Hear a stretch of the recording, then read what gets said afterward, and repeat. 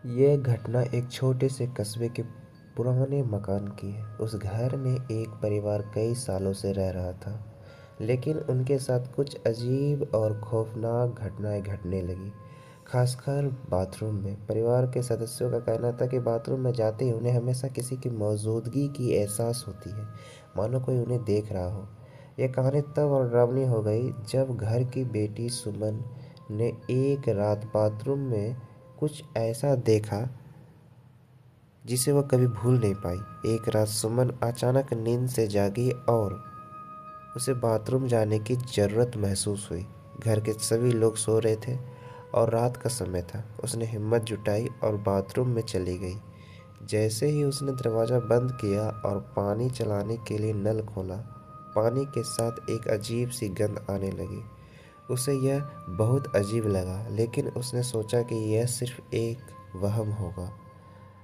तभी उसे बाथरूम की खिड़की के पास किसी के हल्के कदमों की आवाज़ सुनाई दी। पलट कर देखा, लेकिन वहाँ कोई नहीं था।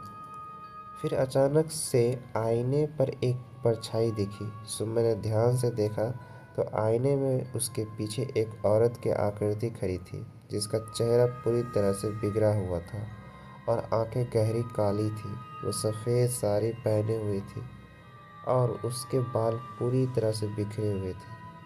सुमन के रोंगटे खड़े हो गए और वह चिल्लाने की कोशिश करने लगी, लेकिन उसकी आवाज़ गले में अटक गई। वह औरत धीरे धीरे सुमन की तरफ बढ़ने लगी। उसकी आंखें सुमन की आंखों में सीधे घूर रही थी। सुमन के पैर जैसे जर गए हों, वह हिल भी नहीं पा रही थी। अचानक उस औरत ने अपना हाथ सुमन की तरफ बढ़ाया और बोली, यह मेरा घर है, तुम यहाँ क्यों आए हो? उसकी आवाज़ बहुत ठंडी और डरावनी थी। सुमन के शरीर से पसीना टपकने लगा और उसकी सांसें तेज हो गई। जैसे जैसे उसने दरवाज़ा खोलने की कोशिश की, लेकिन दरवाज़ा अंदर से बंद हो गया था। कुछ मिनटों तक सुमन बाथरूम में बंद ही रही और उसे लगा कि उसकी मौत तय है। फिर अचानक दरवाज़ा अपने आप खुल गया और सुमन तेज़ी से भागकर अपने कमरे में आ गई। वह काँप रही थी और उसकी तबीयत बिगड़ने लगी। उसे जब अपने माता पिता को यह बात बताई तो उन्होंने इसे श्राप मान लिया। लेकिन अगली सुबह जब परिवार के सभी लोग बाथरूम गए तो आईने पर खून से लिखा हुआ था, संदेश था, यह मेरा घर है, चले जाओ। इसके बाद से उस परिवार ने वह घर छोड़ दिया और वहाँ कभी वापस नहीं गया। उस घर में जो भी रहने आया उसने बाथरूम में उसी औरत की मौजूदगी महसूस की और कुछ ही समय बाद घर छोड़ने पर मजबूर हो गया।